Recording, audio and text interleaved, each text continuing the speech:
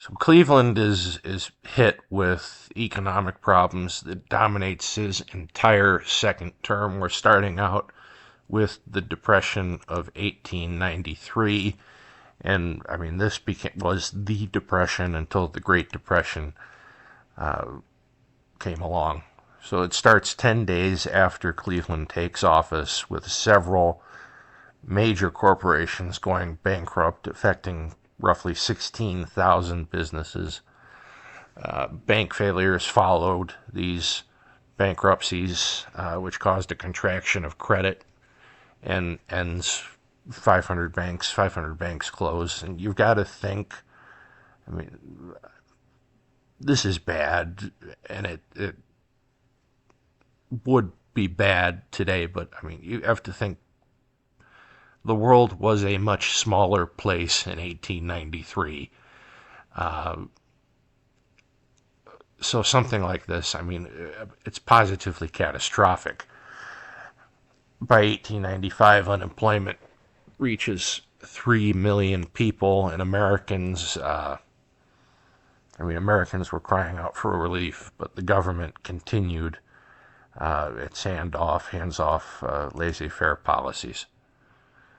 Here lies prosperity, stabbed in the back and assassinated in 1893 by John Sherman, Grover Cleveland, and other traitors in Congress. So the 1893 Depression was the first economic crisis since the U.S. became an industrial and urbanized nation, and not an agrarian society like it was after the founding and even through the Civil War. Thousands of businesses failed, banks failed, the U.S. Treasury ran dangerously low on gold. That wouldn't matter so much today, but I mean, back then the money was tied to gold and silver. You're running low on gold and silver. Okay, you really have a problem because you can't create more money. Senator William Jennings Bryan pushes for free silver. So that's printing money based on silver and gold. And silver, AG, AU is gold. President Cleveland refuses this plan. Gold reserves in the country continue to sink, and we're in danger at this point of going off the gold standard, which would have made the crisis a whole lot worse because it would have hurt our ability to trade with foreign nations. Cleveland goes to J.P. Morgan, the richest man, arguably one of the richest men on earth at the time, for help. He convinces Wall Street bankers to lend the government $65 million in gold, which was just an absolute enormous sum of money. Cleveland is accused of corrupt dealings with Morgan by Silverites, but this turns out to be a smart move on the part of the president. General Jacob Coxey, leads a demonstration against the federal government, at this time also demanding help for unemployed Americans.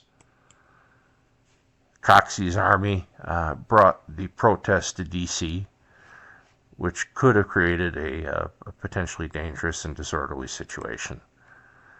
I think this movement is the most dangerous this country has seen since the Civil War. Intimidation of Congress by the presence of a body of armed men is rebellion pure and simple, and should be stamped out just as the Great Rebellion was in 1861.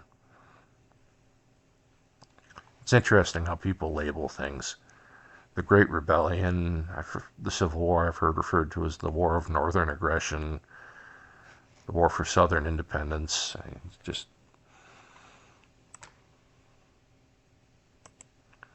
so Coxey and other leaders of protesters were arrested for walking on the grass, and soon the demonstration ended. And although this was only one of more than 40 different armies of the unemployed that headed for Washington in 1894. It was by far the best known. The Pullman strikes in Chicago were led by American Railway Union leader Eugene V. Debs, who would later run for president from his jail cell. So the presidential run from the jail cell is still in the future, but the strike was a pretty big labor conflict that escalated into a military confrontation when President Cleveland sends federal troops to break the nationwide railroad strike, which had paralyzed rail traffic and mail delivery, disrupting the life of the country. So the conflict involved violent clashes between striking workers and federal troops and U.S. Marshals in Chicago, resulting in deaths, property destruction, and the arrest of leaders like Mr. Debs, which ultimately crushed the strike and set a precedent for government intervention in labor disputes.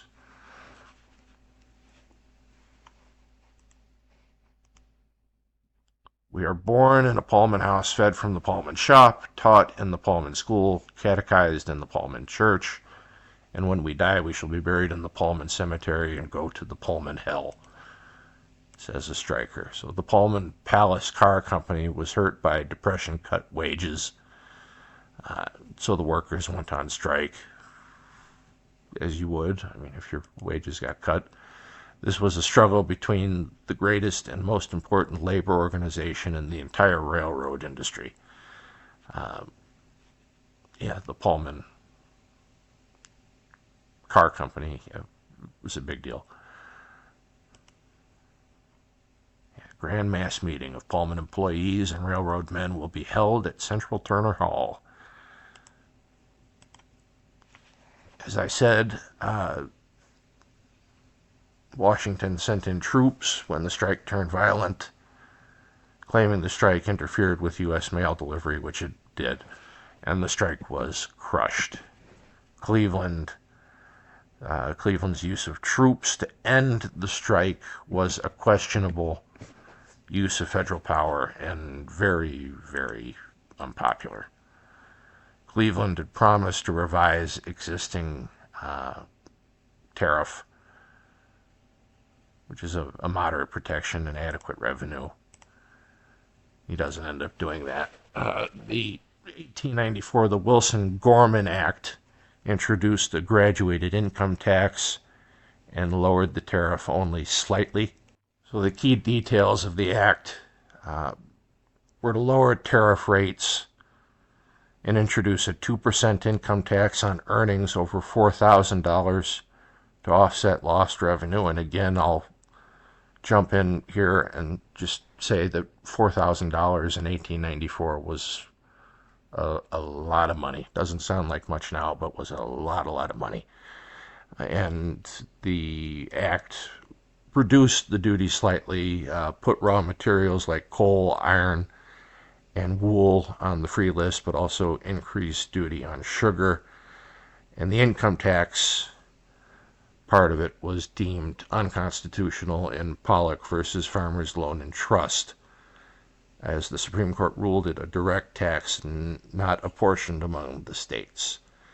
The act's failure, the Supreme Court's ruling, which was viewed as protecting big business, intensified the economic, political, and social divisions of the era. This Wilson-Gorman Act was largely considered a failure in achieving significant tariff reform and was replaced in 1897. So Chief Justice Fuller declares the graduated income tax portion unconstitutional. The Democrats' inability to deal with the tariff leads to the Republican Party regaining control of the government in the next election.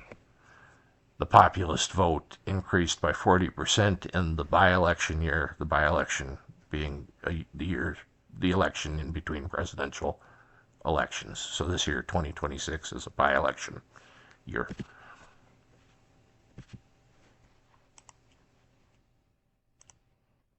The Democratic Party losses in the West were catastrophic. Republicans won control of the House of Representatives. The election of 1896 pitted William McKinley and the forces of the Gilded Age against William Jennings Bryan's populist platform. McKinley's victory was a victory for big business, but the liberal forces that would lead to the Progressive Age had been unleashed. So the Republicans nominate William McKinley, a Civil War veteran from Ohio. McKinley is supported financially and politically by Mark Hanna, who was a wealthy businessman. And these two form arguably one of the most significant political pairings in American history, and essentially invent the modern presidential campaign. Hanna was a wealthy industrialist, also from Ohio, and he used his business acumen and his enormous fundraising ability to help McKinley win the presidency in 1896 and 1900. Critics will sometimes paint Hanna as McKinley's master or as a kingmaker. Historians agree that McKinley remained the dominant figure who set strategy while Hanna executed the organizational work of the campaign.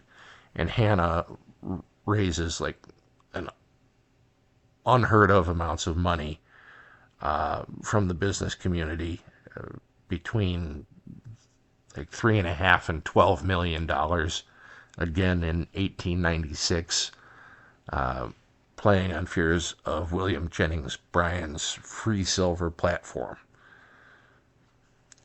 And he ends up branding McKinley as the advocate, the advance agent of prosperity, and promised workers a full dinner pail. So sets McKinley up pretty good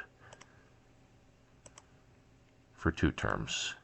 McKinley supported laissez-faire economics and remaining on the gold standard. He would only support gold, silver, bimetallism if all nations agreed to it as well, which was never, ever, ever going to happen. The Democrats nominate William Jennings Bryan at the turn of the century when it most needed to be said. When it took real courage, he spoke the meaning of America in words of fire. He kept insisting, and history will remember him for it, that America is not really America unless the lowliest man feels sure in his bones that he has free and equal opportunity to get ahead, says Clarence Darrow. And that's a famous name.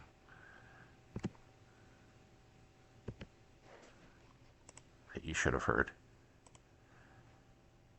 Bryan gave a very popular Cross of Gold speech, which was a plea for free silver at a 16-to-1, 16 ounces of silver valued at 1 ounce of gold ratio. Now, this Cross of Gold speech was given at the Democratic National Convention in Chicago in 1896 and is one of the most famous speeches in American history. It was 35 minutes. It advocated, as it says, for bimetallism, the use of both silver and gold to back our currency, and it led to Bryan's immediate nomination for the presidency at just 36 years old. In his core arguments, economic relief, he argued that the gold standard caused deflation, making it harder for Western and Southern farmers to pay off debts. He framed the debate as a struggle between the idle holders of idle capital and the struggling masses. He famously articulated that prosperity should flow from the masses up rather than trickling down from the wealthy. And he said the U.S. should set its own monetary policy rather than following the gold standard lead of nations like Great Britain. And again, the speech catapults Bryan from a dark horse candidate to the nominee of both the Democratic and populist parties. But because of Mr. Hanna, who was with the McKinley campaign, he loses because McKinley's better funded. McKinley supports the gold standard, which a majority of voters still supported. The Cross of Gold speech given by Bryan marks a permanent shift in Democratic Party politics towards what we know as a more progressive and more populist party of today.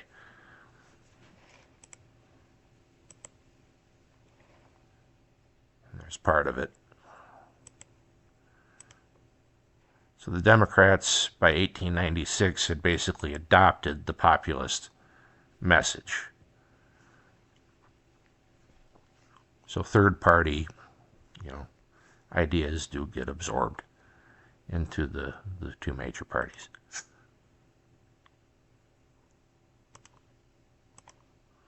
McKinley represented the gold bugs, Bryan the silver bugs.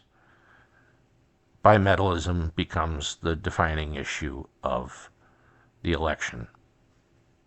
Should we have currency backed up by gold, backed up by silver, backed up by both? Should be backed up by something. Hanna, working for the McKinley campaign, launches an attack against free silver, paying for speakers, writing articles warning about the problem with silver. The core problem, that the McKinley campaign had with silver was really just that there was so much of it compared to gold. It would, if the dollar was backed by silver, pose, he thought, a real threat to financial stability and the purchasing power of working class Americans. He argued about something called the 53-cent dollar. Said that because the market value of silver was much lower than gold, which it still is,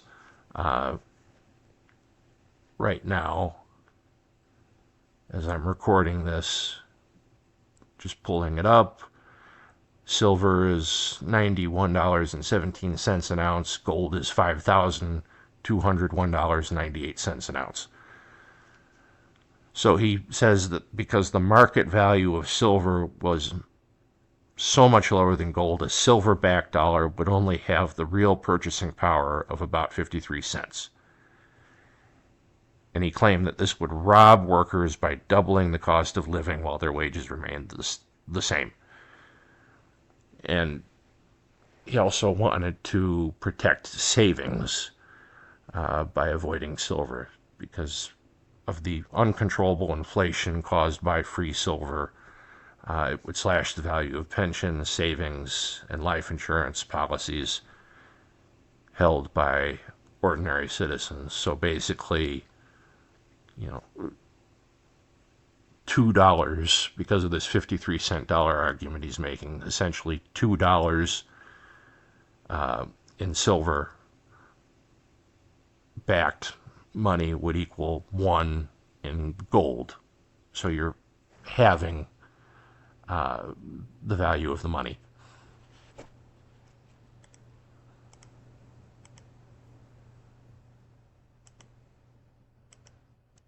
Hanna argued that Bryan and Silverites would be cutting, as I just said, people's earnings and savings in half, and this concerned financial conservatives greatly. And people were really afraid of Bryan's radical ideas and supported McKinley, and Hanna raised enormous amounts of money off of this for the campaign, to the tune, funnily enough, of 16 million to 1, which was the ratio that they wanted. 16 ounces of silver to 1 ounce of gold, 16 million to 1 advantage. This was the result. Obviously, we didn't have a President Bryan. McKinley won easily with support from the East and Midwest, well, Bryan fared well in the South and the West.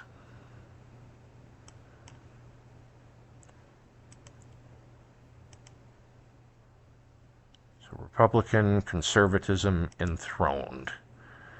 McKinley's victory in 1896 and recovery from the Panic of 1893 solidified the gold standard and killed any serious talks of bimetallism.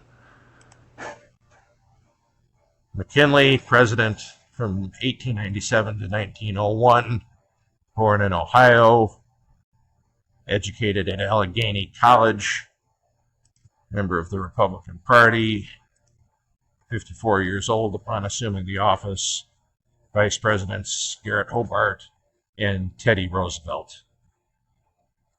McKinley is assassinated pretty early on in his second term. 5'7", about average height for the time, nicknames Wobbly Willie, the Idol of Ohio, the Napoleon of Protection. The soundbite, we need Hawaii just as much and a good deal more than we need California. It is manifest destiny. And his fun fact, whenever First Lady Ida McKinley suffered an epileptic seizure, and she suffered them often, the president would simply drape his handkerchief over her face.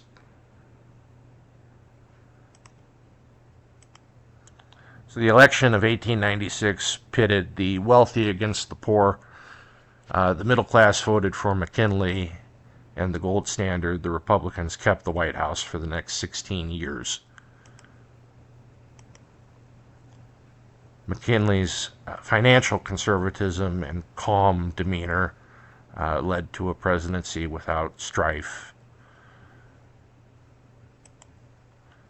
The Dingley Tariff Act passed, replacing the Wilson-Gorman and raising tariffs to 46.5%. And this is the highest protective tariff in United States history up to this point. The average rates of the tariffs were 47 to 57%.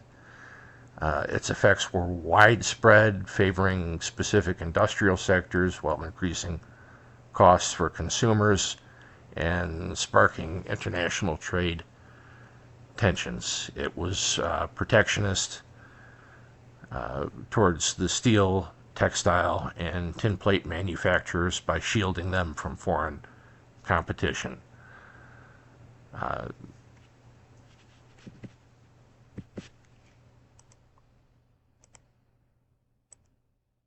McKinley became president as the nation recovered from the Depression of 1893. And of course, being politicians, he and the Republicans took credit for this. The Gold Standard Act of 1900 made paper money redeemable in gold.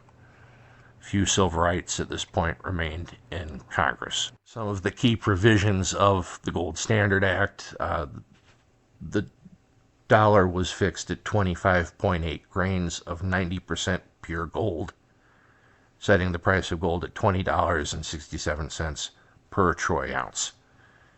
And I told you the price a little earlier, it's way above that. Required all forms of paper money issued by the U.S. to be redeemable in gold upon demand. Imagine if you tried that today. Mandated that the Treasury maintain a minimum gold reserve of 150 million to ensure our currency's parity. And the act also charged the Secretary of the Treasury with maintaining all other forms of money, like silver coins and greenbacks, at equal value to the gold dollar.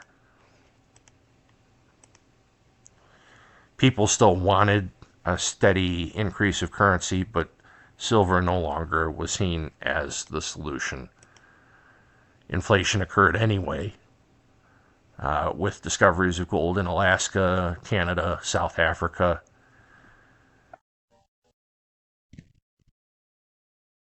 And we come to an interesting segment, The Wizard of Oz, populism theory. So populism, a political philosophy supporting the rights and power of the people in their struggle against the privileged elite. L. Frank Baum writes The Wonderful Wizard of Oz in 1900. Baum was a supporter of the populist movement and supported presidential candidate William Jennings Bryan in 1896. The election between McKinley and Bryan revolved around the issue of gold and silver. And populists saw silver as the answer to America's problems and hoped for unlimited coinage of the metal. The Republicans disagreed and wanted to remain on the gold standard, and they ended up winning. The Wonderful Wizard of Oz was written as an allegory to the situation that was happening in America.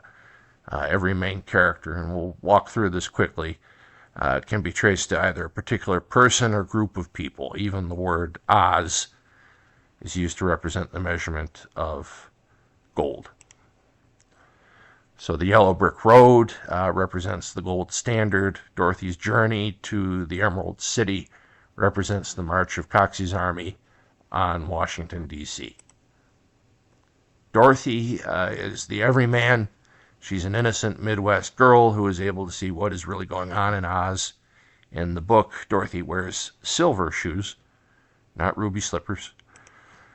The Munchkins represent the common people controlled by the Wicked Witch of the East, who represented the Eastern industrialists and bankers. The Scarecrow represents the wise but naive Western farmer, taken advantage of by the industrialists and bankers. The Tin Man represents the dehumanized industrial worker. He's turned into a machine by the industrialist because of his hard work ethic and not having another craft to succeed in. He eventually becomes unable to love. The Cowardly Lion represents William Jennings Bryan, having a loud roar but wasn't able to back it up with a bite. The Wicked Witch of the West represented the Western industrial influence and is ultimately destroyed by water, representing pure nature, a removal of machines.